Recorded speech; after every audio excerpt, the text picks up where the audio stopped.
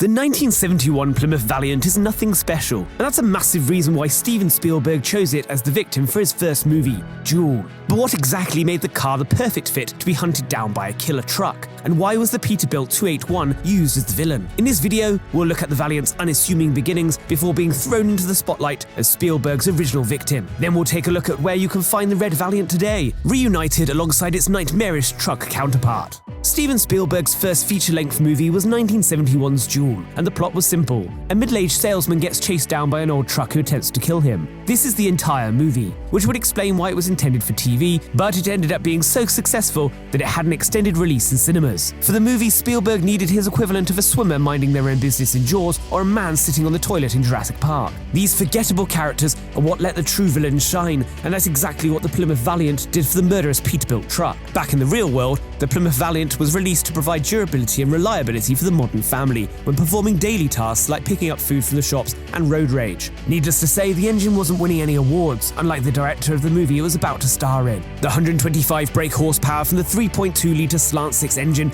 was barely enough to escape a school bus, let alone a relentless truck. The car was a sitting duck, and that's all Spielberg wanted from his eventual hero. That, and he insisted it was red so it would stand out against the deserts of California during the ridiculously short 11 days of filming. This was in stark contrast to the vehicle chasing it, a disgusting rusty truck that would be the Terminator to the Valiant's Sarah Connor. Spielberg is known for creating terrifying characters in his movies. In his first attempt, he lacked the resources he would later use to create a life-size anatomically correct T-Rex. He was able to choose one truck for this movie, and that was it. The young director called his choice of vehicle an audition because of how important it was to find a menacing antagonist. He had a row of trucks to choose from, parked in the Universal lot, and from these he spotted his favourite instantly and said, "This is the one." He chose the 1955 Peterbilt 281 over the more contemporary, flat-nosed cab-over style of trucks. The long hood of the older Peterbilt, its split windshield, and its round headlights made the truck seem more face-like. This gave the killer more personality in the absence of any full shots of the driver. Additionally, the director included a sinister Easter egg in the movie, as he included multiple license plates on the front bumper of the Peterbilt, which hinted that the driver was a serial killer, having run down other drivers in other states. To make it even more horrible, Spielberg insisted that cast and crew roughed up the truck between takes. They did this by adding oil, grease, fake dead insects, and other blemishes. Meanwhile, the Plymouth was getting roughed up by its constant attacks throughout the movie. This is why they had two cars to play with, a 1970 model with a 318 V8 and a 1971 version with its original 225 slant-six engine we mentioned earlier. The production team didn't have this kind of multiple vehicle luxury with the truck, which was an issue when the studio needed to increase the movie's runtime after Spielberg had thrown it off the edge of a cliff for a one-take shot. Let's take a look at how Spielberg managed to get around this and how extra vehicles help preserve an automotive piece of the movie that can be seen to this day. After it was shown on TV as ABC's Movie of the Week, Duel got a theatrical release. The only issue was that Universal needed a 90-minute runtime, which was 16 minutes longer than Spielberg had. This wouldn't have been such an issue if he hadn't trashed his cars and trucks down a mountain. An easy fix would have been to use the 1960 Peterbilt 281 backup truck that the team had, as they feared the original 1955 version wasn't going to last the shoot. However,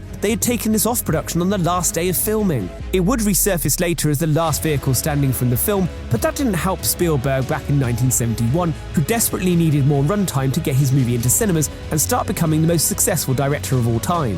A 1962 Peterbilt 351 with a 1673 Cat engine was sourced, along with a 1972 model of the Valiant. These allowed the theatrical release to be finished, and the rest, as they say, is history. The Peterbilt truck had cemented itself as a truly terrifying villain, and the Valiant perfectly played its victim, until the transformation into the movie's hero to match the arc of the lead human role, played by Dennis Weaver. The movie was a massive hit, and gave Spielberg the springboard to create similar generation terrifying cat and mouse movies like Jaws and Jurassic Park, albeit on a budget slightly bigger than the $450,000 used to make his first film.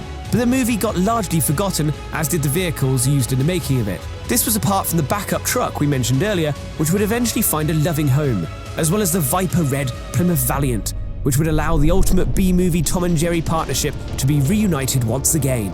After shooting ended, the 1955 truck was left to rot at the bottom of a Californian cliff, and the 1960 Peterbilt backup found a reluctant home with stuntman George Sack. The only difference between the original truck and this make was that the Cat engine on the 55 version had a square air cleaner, while the Cummins engine of the 1960 model had a round one.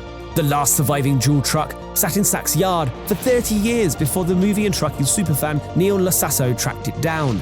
He was amazed that its engine ran first time and decided to buy it there and then, even though he needed to sell his brand new custom Harley to raise the funds to do it. The creepy truck would then sit on Lasasso's driveway, freaking out his neighbours for a few years. He found many issues with owning such a vehicle, and weirdly enough, one of them was the danger of it looking too new.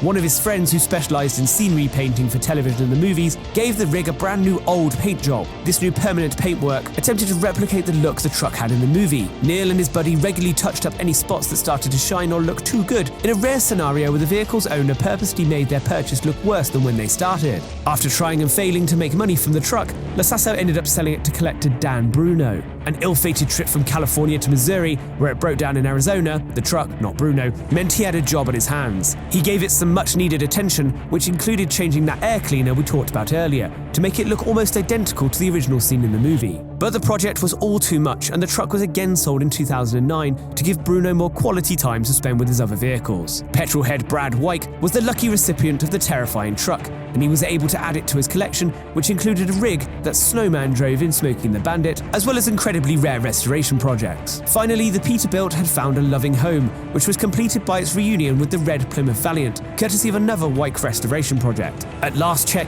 the truck is still there, and can be seen in person at Brad's annual exhibition he puts on at his massive 40-acre property in North Carolina, terrifying enthusiasts nationwide.